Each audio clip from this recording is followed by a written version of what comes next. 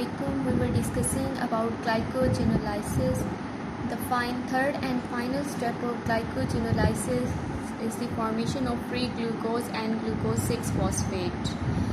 Glycogen का polymer ultimately टूटकर free glucose के अंदर कन्वर्ट हो जाता है। अब इस ग्लूकोज की दो फेट्स हैं, या तो वो फ्री ग्लूकोज की फॉर्म में रिलीज़ हो जाए ब्लड के अंदर और ग्लूकोज का लेवल मेंटेन करे ब्लड के अंदर, या वो ग्लूकोज 6-फॉस्फेट की फॉर्म में ग्लाइकोलिसिस का पार्ट बन जाए और एनर्जी रिक्वायरमेंट को पूरा करे थ्रू ग्लाइकोलिसिस। ये ओवरव्यू दिखाया हुआ है इस पूरे प्रोसेस का। ग्लाइकोजन कन्वर्ट होता है ग्लूकोज 1-फॉस्फेट में। ये ग्लूकोज 1-फॉस्फेट ग्लूकोज 6-फॉस्फेट में कन्वर्ट होकर या तो ग्लाइकोलिसिस का पार्ट बन रहा है और एनर्जी रिक्वायरमेंट को पूरा कर रहा है, या ये ग्लूकोज 6-फॉस्फेटेज एंजाइम के थ्रू कन्वर्ट हो जाता है फ्री ग्लूकोज और फॉस्फेट में, और ये फ्री ग्लूकोज ब्लड स्ट्रीम के अंदर एंटर होकर ब्लड का ग्लूकोज लेवल मेंटेन कर रहा होता है। ग्लूकोज 6-फॉस्फेट में एंटर ग्लाइकोलिसिस और mainly in liver be dephosphorylated for release to the blood, या तो ये ब्लड के अंदर रिलीज़ हो जाएगा डिफॉस्फोराइलेट होकर, और ये डिफॉस्फोराइलेशन किस एंजाइम के थ्रू होती है? ग्लूकोज 6-फॉस्फेटेज के थ्रू। हाइड्रोलिसिस होती है ग्लूकोज 6-फॉस्फेट की और अल्टीमेटली फ्री ग्लूकोज और फॉस्फेट मिलकर बन जाते हैं। और ये ग्लूकोज 6-फॉस्फेटेज एंजाइम ज़्यादातर लिवर के अंदर प्रेजेंट होता है और बाकी टिश्यूज़ के अंदर नहीं, क्योंकि ब्लड के अंदर ग्लूकोज का लेवल मेंटेन करना मेनली लिवर का काम है। Regulation of glycogenolysis. ग्लाइकोजेनोलाइसिस का प्रोसेस 3 मैकेनिज़म्स के थ्रू रेगुलेट हो रहा होता है: allosteric regulation, hormonal regulation and influence of calcium. ये तीनों मैकेनिज़म्स अल्टीमेटली क्या करते हैं? ग्लाइकोजन फॉस्फोराइलेज को या तो इनहिबिट कर रहे होते हैं या उसको उसकी एक्टिविटी को इन्हांस कर रहे होते हैं। तो ओवरऑल पूरा का पूरा ग्लाइकोजेनोलाइसिस का जो प्रोसेस है वो किस एंजाइम के थ्रू रेगुलेट हो रहा होता है? ग्लाइकोजन फॉस्फोराइलेज के थ्रू। एलोस्टेरिक रेगुलेशन में क्या होता है? कोई भी एक मॉलिक्यूल आकर किसी एंजाइम की एक्टिविटी को या तो इन्हांस कर रहा होता है या उसको सप्रेस कर रहा होता है। Glycogen breakdown is enhanced by low glucose blood concentration, low energy level. अब ग्लाइकोजेनोलाइसिस का जो मेन फंक्शन था कि ब्लड के अंदर ग्लूकोज का लेवल रीअपटेक करना और एनर्जी रिक्वायरमेंट को पूरा करना, इन दोनों लिहाज से अगर देखा जाए, अगर ब्लड के अंदर ग्लूकोज का लेवल लो है तो ये ग्लाइकोजेनोलाइसिस को एक्टिवेट करेगा, इन्हांस करेगा और अल्टीमेटली ग्लाइकोजन फॉस्फोराइलेज को इन्हांस करेगा, उसकी एक्टिविटी को ट्रिगर करेगा। Similarly in low energy level में क्या होगा कि अगर हमारी बॉडी के अंदर एनर्जी डिमांड ज़्यादा है, एटीपी की कॉन्सेंट्रेशन कम हुई हुई है, तो भी ग्लाइकोजेनोलाइसिस को इन्हांस किया जाएगा ताकि ज़्यादा से ज़्यादा ग्लाइकोजन की ब्रेकडाउन हो और ग्लूकोज की सिंथेसिस होकर ग्लाइकोलिसिस कराई जाए। Similarly glycogen breakdown is inhibited by high glucose six phosphate ATP and free glucose in liver. अगर हमारी एनर्जी डिमांड पूरी है, एटीपी की कंसंट्रेशन सफिशेंट है बॉडी के अंदर, तो इस प्रोसेस को रोक दिया जाएगा by inhibiting the enzyme glycogen phosphorylase.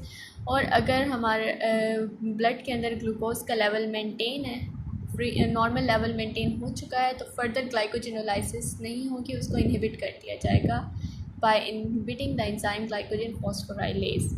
So हम कह सकते हैं अबव मेटाबोलाइट्स जो MP, low energy level, low glucose concentration या फ्री ग्लूकोज इन लिवर, ये सब के सब एलोस्टेरिकली रेगुलेट कर रहे होते हैं ग्लाइकोजन फॉस्फोराइलेज की एक्टिविटी को, कब उसको इन्हांस करना है, कब उसको इनहिबिट करना है। Hormonal regulation. हार्मोनल रेगुलेशन हमारी बॉडी के अंदर ब्लड ग्लूकोज का लेवल इन 2 से 3 एंजाइम है जो कि रेगुलेट कर रहे होते हैं: glucagon, epinephrine and insulin. Insulin and glucagon एक दूसरे के एंटागोनिस्टिक है, एंटागोनिस्टिकली एक दूसरे के पर एक्शन परफॉर्म करते हैं। कि for example in case of fasting, अगर ब्लड का ग्लूकोज लेवल कम हो गया, नॉर्मल से कम हो गया, तो ग्लूकागोन रिलीज़ होता है। वो ग्लूकागोन एंजाइम हार्मोन जाकर सेल मेम्ब्रेन के ऊपर जो रिसेप्टर्स होते हैं उनको एक्टिवेट करता है। अब वो रिसेप्टर्स क्या करते हैं? हमारे सेल के अंदर कैस्केड ऑफ मैकेनिज़्म को इनिशिएट करा देते हैं, सेलुलर सिग्नलिंग को स्टार्ट कराते हैं। ATP कन्वर्ट हो जाता है साइक्लिक AMP के अंदर, जो कि सेकंड मैसेंजर के तौर पर एक्ट कर रहा होता है। ये अब मैसेज लेकर जाता है आगे प्रोटीन काइनेज A के अंदर। प्रोटीन काइनेज A क्या कराता है आगे, फॉस्फोराइलेशन कराता है नंबर ऑफ प्रोटीन्स की, क्योंकि enzymes are protein in nature, तो नंबर ऑफ प्रोटीन्स की या एंजाइम्स की फॉस्फोराइलेशन कराता है और उनके थ्रू बहुत सारे मैकेनिज़म्स को ट्रिगर कर रहा होता है या इनहिबिट कर रहा होता है। अब ये करता क्या है, प्रोटीन काइनेज A जाकर फॉस्फोराइलेशन कराता है फॉस्फोराइलेज काइनेज एंजाइम की। ये फॉस्फोराइलेज काइनेज एंजाइम जब फॉस्फोराइलेट हो जाता है तो अल्टीमेटली फॉस्फोराइलेशन कराता है ग्लाइकोजन के एंजाइम, ग्लाइकोजिनोलाइसिस के रेगुलेटरी एंजाइम ग्लाइकोजन फॉस्फोराइलेज की। ग्लाइकोजन फॉस्फोराइलेज दो फॉर्म्स में एग्जिस्ट करता है, एक्टिव फॉर्म में और इनएक्टिव फॉर्म में। एक्टिव तब होता है जब इसकी फॉस्फोराइलेशन हो जाती है और जब इसकी डिफॉस्फोराइलेशन होती है तो ये इनएक्टिव हो जाता है। प्रोटीन काइनेज A ने फॉस्फोराइलेज काइनेज की फॉस्फोराइलेशन कराई। अब इस फॉस्फोराइलेज काइनेज ने क्या किया, फर्दर फॉस्फोराइलेशन कराई है ग्लाइकोजन फॉस्फोराइलेज की। ग्लाइकोजन फॉस्फोराइलेज की फॉस्फोराइलेशन कराने से उसको एक्टिव करा दिया और इस एक्टिव ग्लाइकोजन फॉस्फोराइलेज ने ग्लाइकोजिनोलाइसिस को इनिशिएट किया। ग्लाइकोजिनोलाइसिस से ग्लाइकोजन की ब्रेकडाउन होते होते अल्टीमेटली ग्लूकोज 1 फॉस्फेट बनाया और फ्री ग्लूकोज को ब्लड के अंदर एंटर करा दिया। सिमिलरली अगर ब्लड के अंदर ग्लूकोज का लेवल लो है, हाई हो गया, तो इंसुलिन रिलीज़ होगा। ग्लूकोज का लेवल कम करने के लिए, नॉर्मल लेवल पर लाने के लिए ग्लूकोज को ग्लाइकोजन की ब्रेकडाउन को रोकेगा ताकि फर्दर ग्लूकोज आकर ब्लड के अंदर एंटर ना हो। इंसुलिन सेल मेम्ब्रेन के साथ आकर अटैच होगा, रिसेप्टर्स को एक्टिवेट करेगा, वो प्रोटीन फॉस्फेटेज एंजाइम को रिलीज़ करेंगे। प्रोटीन फॉस्फेटेज एंजाइम का क्या काम होता है, डीफॉस्फोराइलेशन कराता है। डीफॉस्फोराइलेशन कराकर वो एक्टिव ग्लाइकोजन फॉस्फोराइलेज को इनएक्टिव फॉर्म में कन्वर्ट कर देता है ताकि फर्दर ग्लाइकोजिनोलाइसिस का प्रोसेस ना हो सके। तो this is all about hormonal regulation, किस तरह से हार्मोन्स ग्लाइकोजिनोलाइसिस को रेगुलेट कर रहे होते हैं। कैल्शियम आयंस इन्फ्लुएंस, अब कैल्शियम आयंस भी हमारी बॉडी के अंदर ग्लाइकोजिनोलाइसिस को इन्फ्लुएंस कर रहे होते हैं और वो किस तरीके से करते हैं। कैल्शियम आयंस का डायरेक्ट रोल कहाँ पर होता है, मसल कॉन्ट्रैक्शन में। मसल कॉन्ट्रैक्शन में कैल्शियम आयंस एंडोप्लाज्मिक रेटिकुलम से रिलीज़ होते हैं साइटोप्लाज्म के अंदर और वो ट्रिगर करते हैं या वो एक सिग्नल देते हैं कि अब मसल सेल्स को एनर्जी की रिक्वायरमेंट है, यानी कि मसल सेल्स नीड ATP। अब वो ATP कहाँ से सिंथेसाइज होगा, ग्लाइकोलिसिस से। तो ग्लूकोज का मॉलिक्यूल आएगा, ग्लाइकोलिसिस के थ्रू ATP की सिंथेसिस कराएगा।